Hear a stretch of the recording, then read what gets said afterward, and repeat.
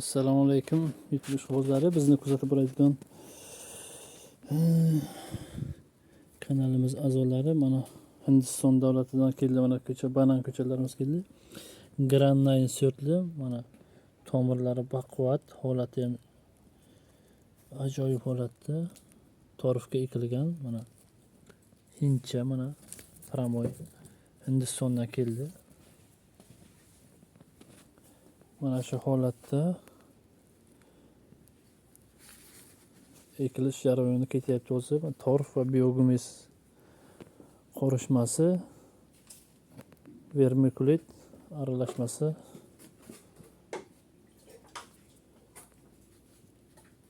Mana ekilish jarayoni ham shu holatda bo'ladi. Bo'ynigacha bo'g'ib qo'yilmaydi-yu. Holati ko'chatni nafas olib turishi kerak, shu uchun ozgina shu tubigacha ko'milib qo'yiladi. Undan u yoqda ko'milmaydi. Mana ko'chatning holati juda chiroyli, tomirlagan, baquvvat ko'chat.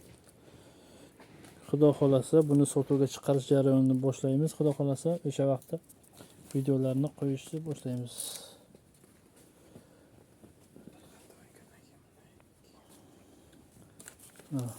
Bir haftadan keyin xudo xolasa mana shu holatga kelib qoladi ko'chatlarimiz.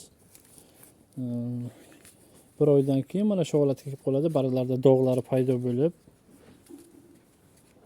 mana shu holatda sotish holatlari bo'ladi. Xudo xolasa mana bu 2 oydan keyin mana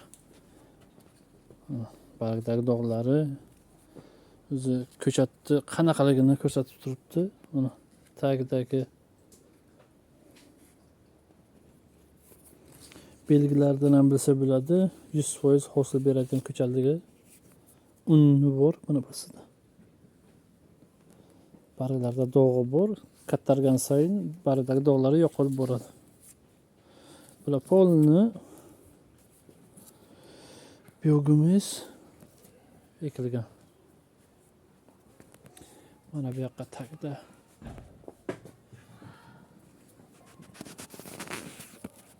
ko'chatimizning holatlarini ko'rsatib boramiz sizga.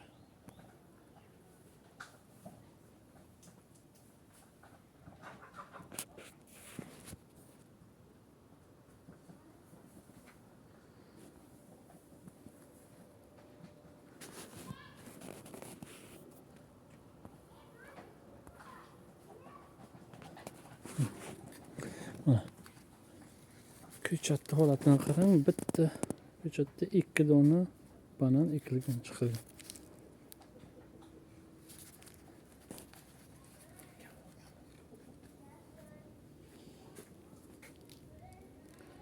Holati chiroyli.